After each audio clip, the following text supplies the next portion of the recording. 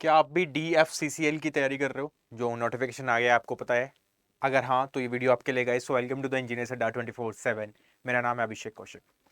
आपको पता है DFCCL की तरफ से एक नोटिफिकेशन रिलीज हुआ और उसमें वैकेंसीज आई हैं अलग अलग, है ना। चाहे हम सिविल की बात करें, चाहे हम इलेक्ट्रिकल की बात करें, तो चाहे हम मैकेनिकल की बात करें, तो उसमें क्वांट आ रहा है, यानी कि मैथमेटिक्स आ रहा है, general mental ability, quantitative aptitude, वो वाला पोर्शन आ रहा है। और अगर मैं टीयर 1 की बात करूं, CBT 1 की, तो पूरा का पूरा नॉन टेक्निकल है, जैसा हमें DRDO में देखने को मिला था। स्टेज 1 और स्टेज 2 टू पार्ट्स में ये डिवाइडेड है। आइए जान लेते हैं इसमें 30 क्वेश्चन जो आ रहे हैं, ये यहाँ 30 आउट ऑफ 30 कैसे ला सकते हैं हम, जो कि पॉसिबल भी है। आपको पता है DFCCL का मतलब है dedicated freight corridor corporation of India limited, है ना। ये भारत सरकार के अंदर आता है। तो इंडियन इंडियन गवर्नमेंट के अगर ये अंदर आ रहा है, तो सेंट्रल गवर्नमेंट की जॉब में, यानी कि रेलवे वाली जॉब में, आपके पास अच्छी खासी अपॉर्चुनिटीज हैं अलग अलग डिपार्टमेंट में। अगर मैं बात करूँ सिविल के लिए, एग्जीक्यूटिव पोस्ट है इसमें, सिविल, मैकेनिकल और इलेक्ट्रिकल, ठीक है। लेकिन उसमें अब इन्होंने क्या किया 2023 में, अब इन्होंने क्या कर दिया, अलग अलग पैटर्न कर दिया। स्टेज 1 का अलग है, स्टेज 2 का अलग है। जो स्टेज 1 में क्वालिफाई होंगे वही स्टेज 2 में एंटर कर पाएंगे, सिंपल सी बात ये है। तो अब थोड़ा सा प्रोसेस मुश्किल कर दिया, क्योंकि जो भीड़ आती थी शुरुआत में वो फिल्टर नहीं होती थी। अब इन्होंने फिल्टर के लिए स्टेज 1 डाल दिया और स्टेज 1 में नॉन टेक्निकल डाल दिया, जो कि इंजीनियर्स का वीक पोर्शन रहता है, आपको पता ही है। क्योंकि आप कैलसी से इतनी बुरी आदत पड़ चुकी होती है आपको कैलकुलेटर यूज करने की, तो नॉन टेक तो बहुत मुश्किल पड़ने वाला है। लेकिन लेकिन उसी के लिए मैं यहाँ खड़ा हूँ, है ना। वही आपको जैसे हमने DRDO में अच्छा किया था, परफॉर्म किया था बहुत अच्छा, ऐसे ही हम इसमें करने वाले हैं दोबारा से। तो मैं थोड़ा सा बेसिक बेसिक बता देता हूँ आपको जल्दी जल्दी, कि जो स्टेज 1 है, आपको पता है 100 क्वेश्चन आ रहे हैं, MCQ फॉर्मेट है, ठीक है। एक क्वेश्चन 1 नंबर का है और ड्यूरेशन जो है 90 मिनट है, यानी कि 90 मिनट में आपको 100 क्वेश्चन हैंडल करने हैं, है ना। टाइम तो उतना ज्यादा भी नहीं है, उतना कम भी नहीं है, मतलब मीडियम है ना, हो जाएगा, बात ये है। तो जो स्टेज 1 का जो इंडक्टिव सिलेबस है वो देख लेते हैं कैसे। जैसे मैं बात करूं मैथमेटिक्स या न्यूमेरिकल एबिलिटी या क्वांटिटेटिव एप्टीट्यूड, इसको बोल सकते हैं हम। ये 30 क्वेश्चन आ रहे हैं, आज हम इनकी बात करने वाले हैं कि ये 30 क्वेश्चन कैसे हम अच्छे कर सकते हैं। फिर जनरल अवेयरनेस आ रही है, जो कि 15 नंबर की है। जनरल साइंस इसमें 15 नंबर की आ रही है। लॉजिकल रीजनिंग और जनरल इंटेलिजेंस, सिंपल, 30 नंबर की। और फिर नॉलेज अबाउट द DFCCL या रेलवे के बारे में 10 क्वेश्चन से उससे पूछे जाएंगे। टोटल हो जाता है यहाँ से 100 नंबर का। तो मेरे पास जो है आपके है 60 मार्क्स, रीजनिंग के भी और मैथ्स के भी। लेकिन आज हम बात करने वाले हैं कि भाई ये 30 नंबर तो सिक्योर हो, पहले इनको तो पता चल जाए कैसे सिक्योर होने वाले हैं। तो आज इनकी बात करेंगे, क्लियर है बात। तो अगर मैं थोड़ी सी बेसिक बात बताऊं कि स्टेज 1 जो है, CBT 1 और CBT 2 दोनों स्टेजेस में जो है आपकी नेगेटिव मार्किंग 1/4 है, यानी कि अगर आप 4 क्वेश्चन गलत करते हो तो एक सही मार्क्स आपका कट हो जाएगा यहाँ से। तो अगर नेगेटिव मार्किंग है और ये क्वांटिटिव, जो ये पूरा का पूरा 5 सब्जेक्ट्स हैं अलग अलग, ये क्वालिफाइंग है। तो 100 में से अगर सपोज करो जर्नल की मैं मान के चल देता हूं, 80 नंबर उन्होंने कट ऑफ रख दी कि 80 नंबर से ऊपर जाने पे, 80 नंबर पे ही आने पे आपके क्वालिफाई माना जाएगा, यानी कि 80 marks is the cut off limit बन जाएगी जनरल के लिए, है ना। इसी वजह से रेस्पेक्टिव कैटेगरीज की। तो आपको ये अच्छा परफॉर्म करना पड़ेगा। यहाँ 80 या 90 या 70 का आप स्कोर नहीं कर सकते, आपको 100 आउट ऑफ 100 का ही सोचना पड़ेगा, क्योंकि अपने को नहीं पता कितनी मेरिट लगने वाली है। और 2023 में क्योंकि पैटर्न चेंज हुआ है, पहले ऐसे नहीं होता था, पहले 120 नंबर का रहता था ये। तो अगर अभी चेंज हुआ है तो आप 100 आउट ऑफ 100 खेलने वाले हो इस एग्जाम को। और अच्छा एग्जाम है, सेंट्रल गवर्नमेंट की नौकरी है, तो आपको वो तो आपको पता ही है ऑलरेडी, है ना।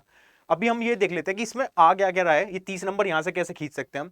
और ये 30 नंबर और ये 30 नंबर ऐसे पोर्शन है आपके जो आउट ऑफ 100 एक्यूरेसी के साथ आप कर सकते हो, है ना। ऐसा नहीं होगा कि इसमें अगर आपने सपोज कॉन्सेप्ट पढ़ लिया, प्रैक्टिस कर ली, इनफ प्रैक्टिस कर ली, तो ऐसा नहीं कि ये 30 नंबर 60 नंबर गायब हो जाएंगे, नहीं।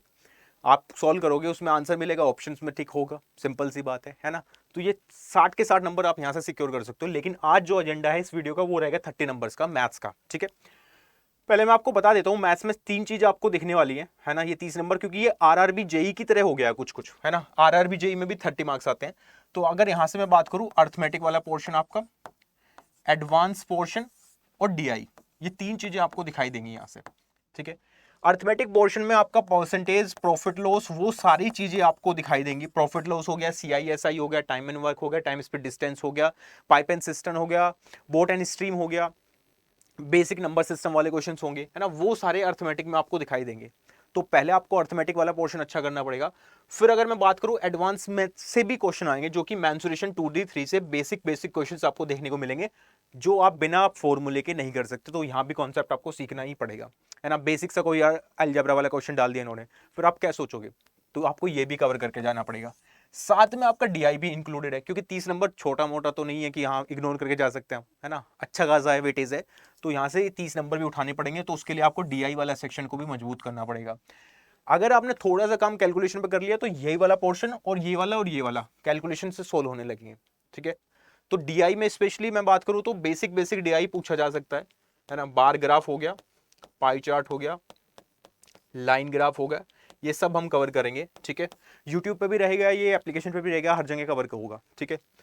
मेरी जो इंपॉर्टेंट बात है कि आपको यहां से ये पोर्शन और ये पोर्शन, दोनों पोर्शन को अच्छा करना पड़ेगा। कोई भी हम ऐसे नहीं सोच सकते 30 नंबर आ रहे हैं तो 15-15 के आएंगे, है ना, 15 यहाँ से 15 यहाँ से, ऐसा कुछ भी कंफर्म नहीं है गाइस, है ना। वो एग्जामिनर के ऊपर डिपेंड करेगा। अगर उसको ज्यादा टफ बनाना है ऑब्वियसली, तो वो एडवांस को थोड़ा सा अप कर देगा, है ना। थोड़ा सा इजी रखना है, थोड़ा सा मॉडरेट लेवल पे रखना है, तो वो थोड़ा सा अर्थमेटिक को ऊपर कर देगा, पुश कर देगा। इतना ही फर्क होता है बस। बट उसके लिए आपको सारे कॉन्सेप्ट पता होने चाहिए, ठीक है। कॉन्सेप्ट इसके भी और इसके भी, ठीक है, सारे के सारे, है ना। कॉन्सेप्ट नहीं सीख पाओगे तो फिर क्वेश्चन को सोल्व ही नहीं कर पाओगे, सिंपल सी बात है क्वांट के मैथ्स के। और मैथ्स ऐसा नहीं है कि आपने तुक्का लगा दिया 1 2 3 करके तो आंसर दिखेगा, है ना, नहीं। जीएस में तो थोड़ा बहुत सोच भी सकते हो, गैस वर्क चलेगा, इसमें गैस वर्क भी नहीं चलेगा, बिकॉज अगर आपको कॉन्सेप्ट ही नहीं पता तो गैस क्या मारोगे आप। आ रही है बात समझ में?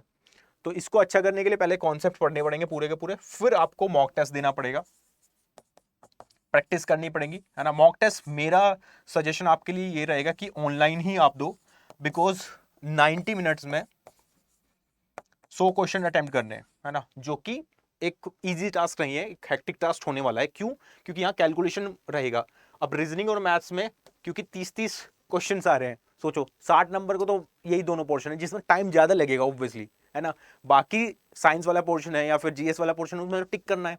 तो जहां टाइम लगेगा मतलब कि ये इजी नहीं पड़ने वाला, आपको थोड़ी सी प्रैक्टिस इनफ करनी पड़ेगी, तभी जाके हम यहाँ सिक्योर हो पाएंगे। और यहाँ में पता भी नहीं है कि भाई इतने नंबर लाने के बाद कट ऑफ डिसाइडेड हो जाएगी, तो अपने को 100 आउट ऑफ 100 का ही टारगेट करना पड़ेगा। अभी 10 नंबर जो नॉलेज अबाउट द DFCCL है रेलवे के बारे में, वो अभी इग्नोर कर सकते हो, क्योंकि अभी इसका अगस्त में एग्जाम है, आपको पता है ना। ऑलरेडी डिसाइडेड है, डेट डिसाइडेड नहीं है, बस महीना डिसाइडेड है। तो उसको आप बाद में पढ़ सकते हो, है ना, जुलाई के लास्ट में पढ़ लेंगे। बट अभी ये 90 नंबर का ये सिक्योर करना पड़ेगा। 90 नंबर सिक्योर नहीं किए तो ये वैकेंसी हाथ से निकल जाएगी, और ये बहुत अच्छी वैकेंसी है, ये हर साल नहीं आती है ना। ये कभी कभी एग्जाम्स आते हैं, क्योंकि 2024 में इलेक्शन है, आपको पता है। 2023 में अब नोटिफिकेशन रिलीज हो रहे हैं, तो मैं चाहता हूँ कि इसमें सिक्योर कर जाओ, क्योंकि बहुत अच्छी जॉब है ना। अच्छी खासी जॉब है, तो रेलवे में, सेंट्रल गवर्नमेंट में आपको जॉब मिल जाएगी, और जो पर्क्स होंगे वो बहुत डिफरेंट होंगे, है ना। तो मेरा मानना है कि आपको तीनों चीजें एक साथ कवर करनी पड़ेगी गाइज, अर्थमेटिक भी, एडवांस भी, डीआई भी। अर्थमेटिक में पूरे चैप्टर्स कवर करके जाने पड़ेंगे, वो आप यूट्यूब से देख सकते हो, फ्री ऑफ कॉस्ट है। इंजीनियर्स अड्डा की यूट्यूब पे जाओगे, प्लेलिस्ट में जाओगे, वहां पे आपको मैथ सेक्शन दिख जाएगा, उसको एकदम बेसिक से आप कवर करते चले जाओ। ऐसे ही आपको रीजनिंग का दिख जाएगा, ऐसे सारे सब्जेक्ट्स का दिख जाएगा, धीरे धीरे कवर करके चलो, है ना। एडवांस के भी वहाँ क्वेश्चंस दिखेंगे आपको, वो भी कर सकते हो आप कवर। बट ये तो हो गया चलो वाईटी का, है ना। बट आप कहोगे कि सर एक ऐसा बता दो कि हाँ डायरेक्शन वाइज मैं मेहनत करता चला जाऊँ, ये पोर्शन है इसको कवर करना है, सिलेक्शन हो जाएगा। तो उसके लिए आपको पेड क्लासेस या एप्लीकेशन पे जो क्लासेस होते हैं उनके लिए आना पड़ेगा, क्योंकि वहां कुछ भी डिस्ट्रक्शन नहीं है ना। यूट्यूब पे आपको पता है कि एड्स आते रहते हैं, वो सब डिस्ट्रक्शन होता है। तो वहां आप डायरेक्ट आ सकते हो। वहां उसका तरीका मैं बता देता हूँ, ये हमने आपके लिए लॉन्च किए कि जो DFCCL है सिविल के लिए ये वाला है, और अलग से मैंने आप ही के लिए, जो आप बार बार पूछ भी रहे थे कि सर नॉन टेक्निकल का निकाल दो, तो CBT 1 का नॉन टेक्निकल का अलग से करवा दिया मैंने, सो दैट ये मैंने इतना सस्ता करा दिया है, सो दैट आप CBT 1 का अलग से ले सकते हो, ठीक है। दोनों के लिए फायदा इसमें रहेगा, क्योंकि इसमें CBT 2 भी इन्वॉल्व रहेगा, आपका कंप्लीट रहेगा। दोनों के लिए आपके पास है कूपन कोड Y516, लगाओगे आपको यहाँ डिस्काउंट मिल जाएगा, और आप एंटर कर पाओगे क्लासेस में। बट ये तो चलो वैसी बात होगी, बट एक बार मैं दिखा देता हूँ आपको करके करना कैसे आपको, ठीक है। आपको कुछ नहीं करना, गूगल पे जाना है। गूगल पे जैसे ही आप जाते हो तो सिंपली अड्डा 24/7 सर्च करोगे, ये वेबसाइट ओपन हो जाएगी कुछ इस तरीके से। जैसे ही वेबसाइट ओपन होती है तो आपके पास ऑप्शन है all courses JEE and AE वाला सेक्शन। यहाँ जब जाते हो तो जिसकी जो ब्रांच है उस पर जाएंगे, जैसे सिविल वाला ही है, इलेक्ट्रिकल मैकेनिकल ये है, इलेक्ट्रिकल ये है, एक मैं करके दिखा रहा हूँ। जैसे सिविल वाले हैं, सिविल वाले में आपको DFCCI टेक्निकल दिख रहा है, इस पर जैसे आप क्लिक करोगे तो ये दोनों बैच आपको दिखाई दे देते हैं। जो पूरा नॉन टेक्निकल है, जो मैं बता रहा हूँ कि अगर सिर्फ CBT 1 का चाहिए तो इस पर क्लिक कर सकते हो। ये अभी 1200 का है, लेकिन कूपन कोड लगते ही ये 1000 के नीचे आ जाएगा तुरंत, है ना, इतना सस्ता हो जाएगा। ये है आपका सिविल इंजीनियरिंग का, जिसमें एग्जीक्यूटिव सिलेक्शन मतलब कि Tier 1 CBT 1 प्लस CBT 2, पर बेस्ट ये रहेगा क्योंकि पूरा एग्जाम निकालना है ना हमें, तो इस पर क्लिक कर सकते हो आप। जैसे इस पर क्लिक करोगे तो यहाँ पे आपको दिखाई दे रहा है कि एक कूपन कोड लगा हुआ है जून 75, है ना। एक कूपन कोड और लगा सकते हो आप मोर ऑफर पे जैसे ही क्लिक करोगे, जिससे कि यहाँ मैक्सिमम डिस्काउंट आपको मिल जाएगा Y516। जैसे आपने Y516 लगाया, अप्लाई किया, तो देखो दिख रहा है सबको, यहाँ मैक्सिमम डिस्काउंट आपका हो जाएगा। क्लियर है आपको?